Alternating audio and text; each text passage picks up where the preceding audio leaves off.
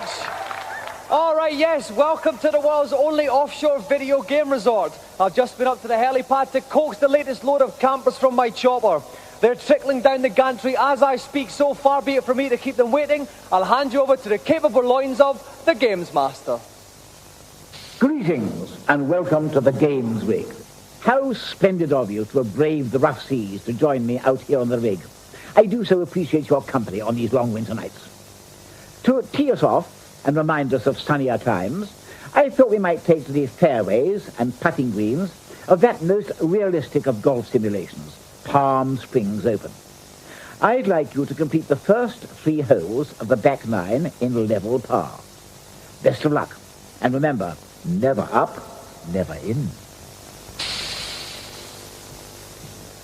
And hoping for a bunker-free experience on this challenge is Aiden Smith from Leydenstone.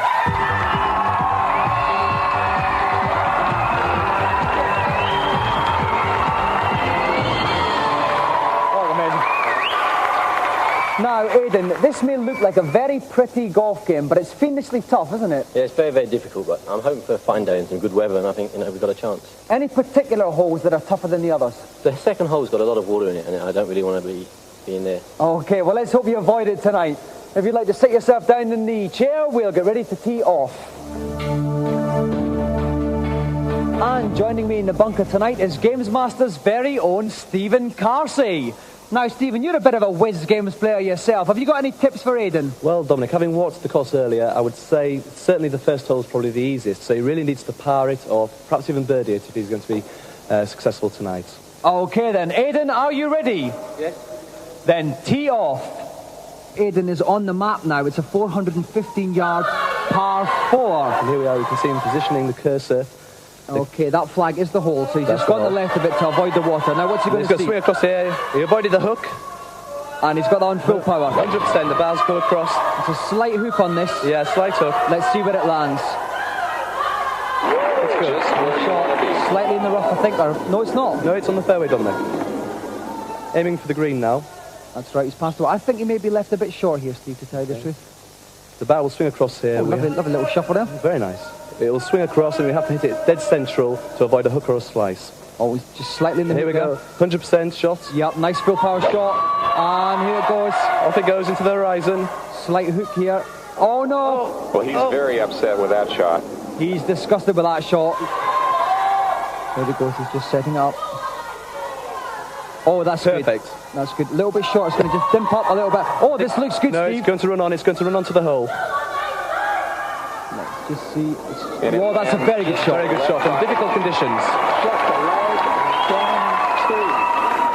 So we must remember the challenge is 3 holes in par or less.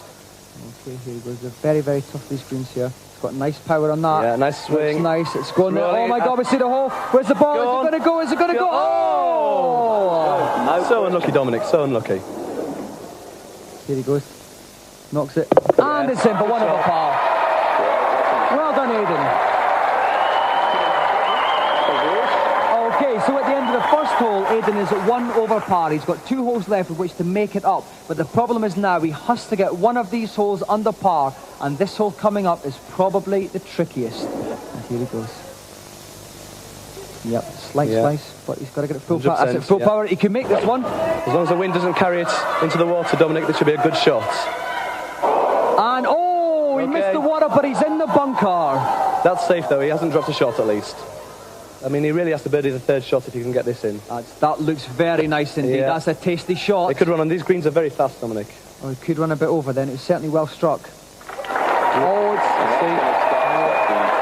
That was all right. He's got to get the power right, though. He really has to sink it, though. He can't afford to miss this. Oh, he's got a fair bit of power there. Oh, I don't think it's enough. And it's rolling down. Come on, ball. Come on, go. And no, it didn't have their legs. Just to reiterate, if he sinks this, he goes 2 over par, so he's got to make up 2 strokes on the final hole, which is near impossible. But let's concentrate on this putt just now. Again, feel it 1 feet away. Just wants to dink this a little bit. I think that's good. Here it comes. It's in there. Okay, so here we go to the final hole. This is going to take some staggering golf play to take this on the par. To get an eagle on this third hole, I think we're talking impossible, to be honest, Dominic. I think we are. I hope he's on his driver here. Oh no, he sliced it. Oh dear. Oh dear. He's got it full power, but I think this is going to go way to the right. Oh no. This could be over the trees. And it is, over the trees in the rough. You can just see in the centre of the screen the flag there for the hole. He's going a little bit wide of it, trying to obviously just get a little better angle on it to scoop it over the trees. I hope he knows what he's doing. He's sliced it a bit, and this is his final shot. He's got to hold it in this. Oh no, it hits the tree, and unfortunately Aiden has used all his strokes, and his challenge tonight is over.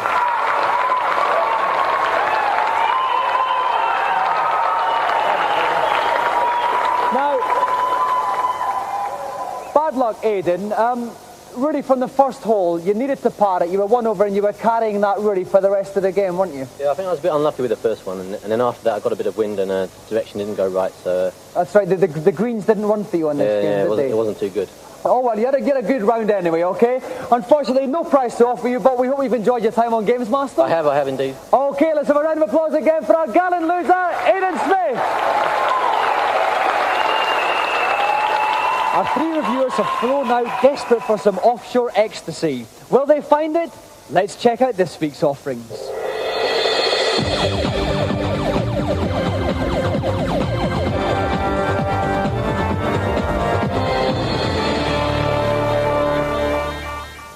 This week it's twanging jockstraps ahoy as we look at sports games. First up on the Mega Drive, pigskin fun with inside slots and tight ends in John Madden 93. The teams have all been updated. All the stats are as new as they can be, and they've also included a lot of old sides which are classics. Taken on its own, then it's certainly an exceptional game, yeah, but as a sequel, there really isn't enough new to it. If you've got John Madden Football or John Madden 92, don't bother about this because it's just cosmetic changes. If you haven't got either of these, it's a great entry into the world of American football.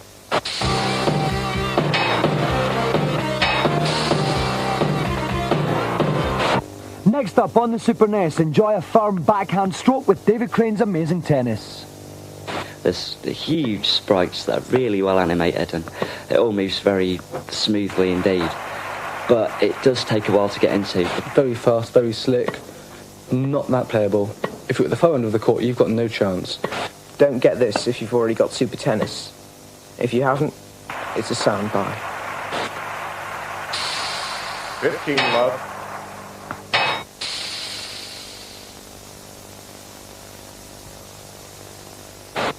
Finally, on the Amiga, even Auntie Marisha gets the chance to score with Sensible Soccer version 1.1.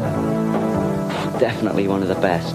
It's very fluid to control, it's easy to get the hang of. Sensible Soccer 1.1 is a great improvement. It's better than Kickoff, it's better than Sensible Soccer, of course, it's better than Striker, it's the best football game you can get. There are new teams, improved goalies, more cups to win, and the controversial back pass rule.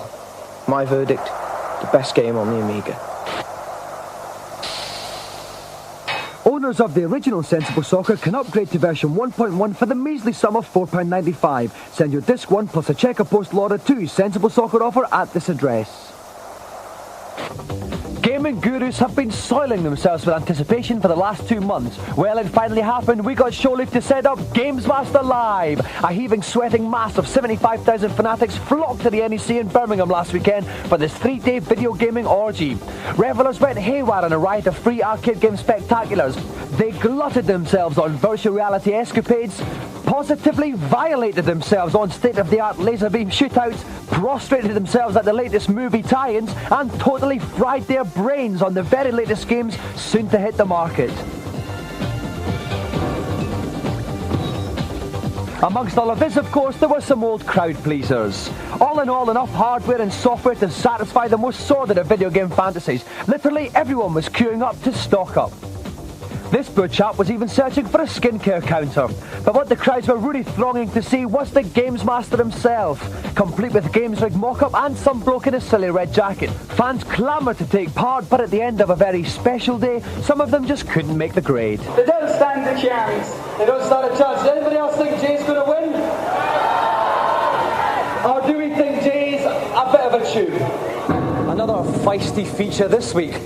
Well, I've just been down to the cabins to check that our celebrity's been kept in the manner to which he's accustomed. So let's waste no further time and find out what challenge he'll be facing. Back so soon? Perhaps my next challenge will curb your appetite. And talking of curbs, I thought a spot of high-speed curb crawling might tickle your fancy. Lotus 3 is the game, and you have just 90 seconds to complete the particular level I've set aside. As if that wasn't enough, I also littered the course with roadworks.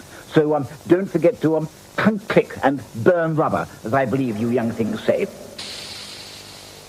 And for this challenge, we're lucky enough to have Lotus's Formula 1 Grand Prix #1 driver.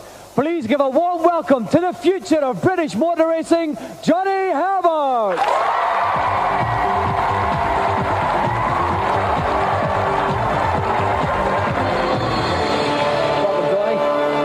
Johnny, when you're in the pit stops, do you ever get the chance to play a game or two?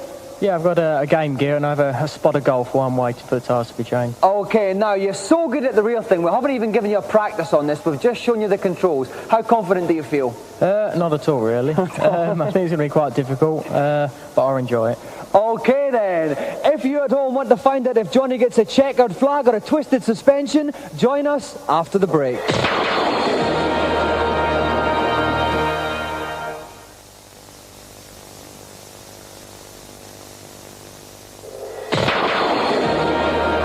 Welcome back to Gamesmaster. Tonight's special guest, the young gun of Formula 1, Johnny Herbert's about to play Lotus 3.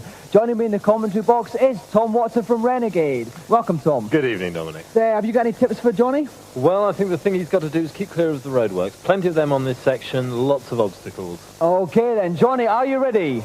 Yep. Johnny has 1.5 minutes to complete the race and his time starts now. And off Johnny goes.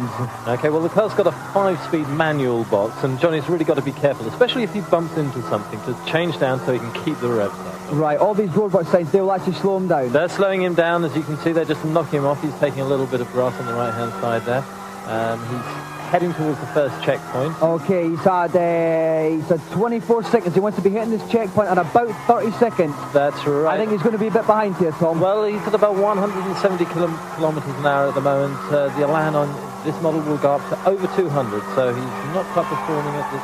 He's slipping there. He's made a checkpoint in 38 seconds. He's 8 seconds behind. It's going to be very difficult for him to make this up now, Tom. Well, I think Johnny's been confident that he can perform in this car. He's got one himself. I think he can make it all the way. Okay, then here goes Johnny. He has had 55 seconds here. He's got 5 seconds to make this other checkpoint. He's still going to be a little bit behind. Perhaps he can pick... Oh, he's picked up quite a lot of time there. He's back on schedule. He's had 1 minute and he's hit the second checkpoint. Brilliant second stage by Johnny there, Tom. Well, he was really keeping clear of the traffic. I mean, he just had a little bit of a contretemps there with a white vehicle, but that's really what helped him make that time up, Dominic. Okay, Johnny's got 16 seconds left. This is going to be very, very close. He's had a brilliant second half of the race. Everybody here is rooting for him. He's coming down. He's got about 10 seconds left. Through the bridge, under the second bridge. The checkpoint Johnny, isn't he's far very, away. Very near to it. He's getting very, very close. We've got 4, 3, 2, 1, and Johnny is just out of time there. And there it was. There it was, over the finishing line. 3 seconds over time, but still a brilliant performance by Johnny Herbert.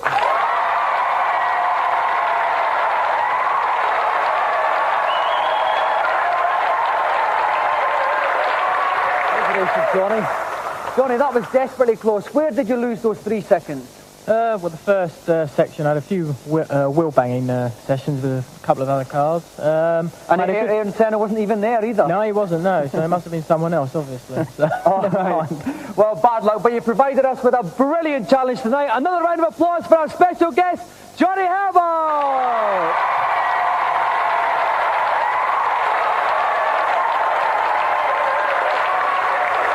And while we recover from that sterling but ultimately unsuccessful effort, it's time to go over to everybody's favourite agony uncle in the consultation zone.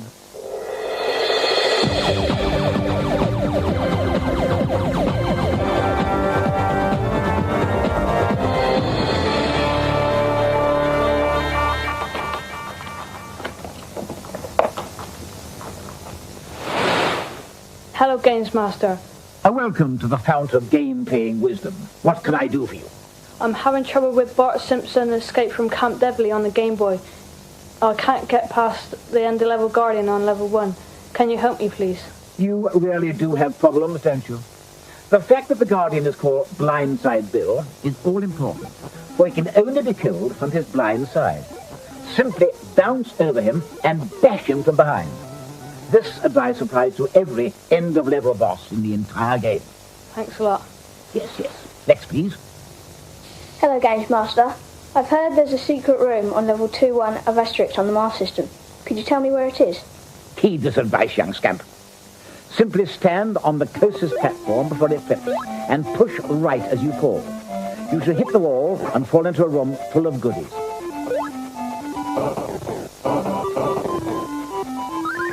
Thanks. Next, please. Hello, Gamesmaster. What's your query? On another word, I just can't get past the beast at the beginning. What should I be doing? As soon as the beast jumps down, turn left and run like the clappers. When you reach the cliff, jump onto the vine, and you will automatically swing past the beast and land behind him. Start sprinting back to the right, and you will come across some surprising saviors. Great, thanks. That's all for this particular bash of heart-to-hearts. I'm afraid it looks as if we might be in for a very stormy ride. Good Lord. Bye for the moment.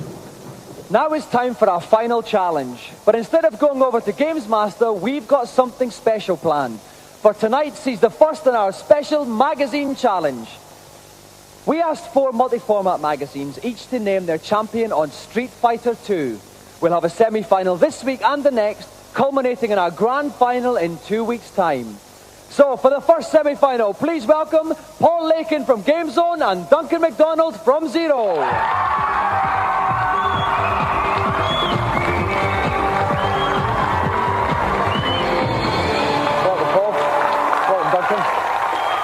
Now, Paul, thank you.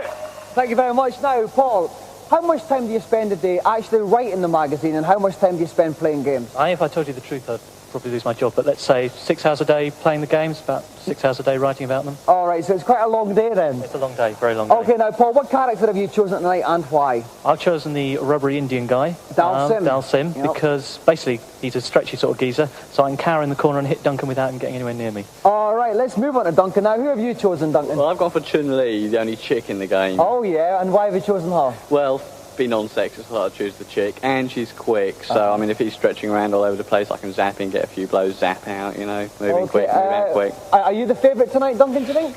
I think so, yeah. All right, then. If you'd like to take your game's playing positions, we'll get ready to start.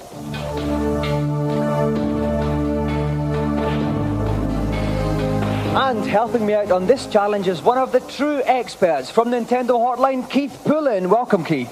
Thanks, Dominic. Now, Keith, we've got Dalsim against Chun-Li. What can we expect to see from these two characters? It's a curious fight, actually. Chun-Li will be attacking from the air, I would have thought, so Dalsim's got to watch out for that. If he can pick her off with a few long-range moves, then should be a good fight. Okay, then. Are our two competitors ready? Yep. Then off you go. Okay, Paul is Dalsim on the left-hand side of the screen. Duncan is Chun-Li or Chun-Li, whichever way you want to have it. Attack we were talking about. On the right, that's right. Now you can see Dalsim's got to go for some long moves here.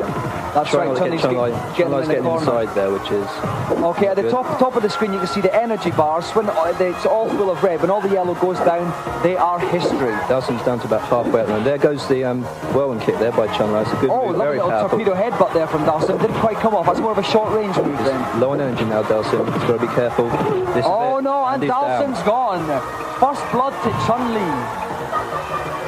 Okay, now we go on to the second leg. It is the best of 3, so it's first blood. Okay, flying to Duncan there by Chun-Li. Some good punches there.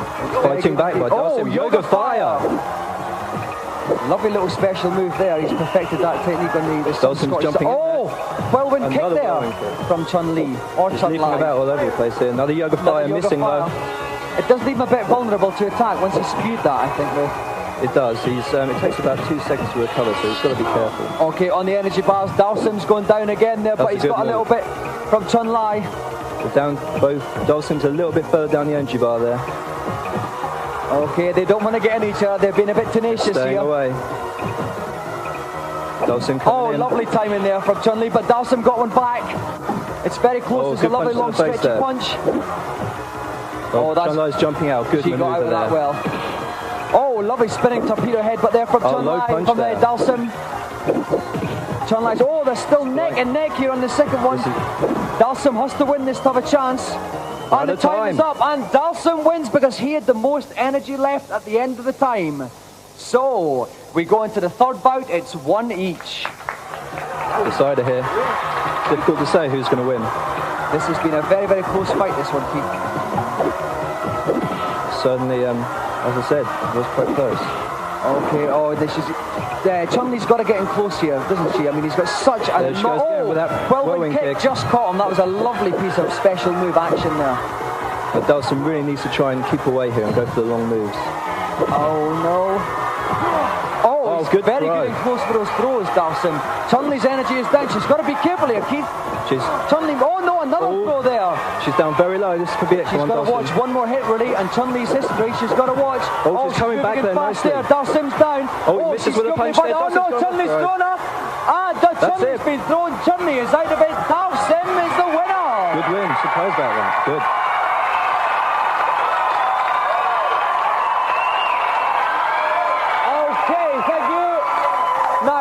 Let's go to you first, Duncan. Brilliant start. You took the first bout, no problem at all. Then things started to go wrong. What happened?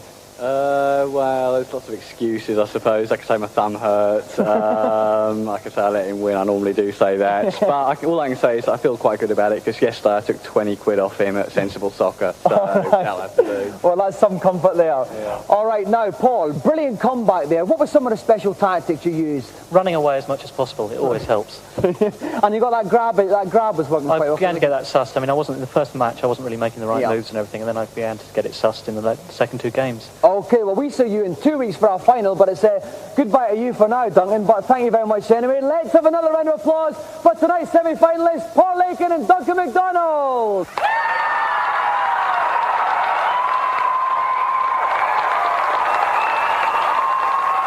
So Paul Lakin will be returning in 2 weeks for the grand final. Be sure to join us next week for our second semi-final featuring challenges from Mean Machines and C&VG.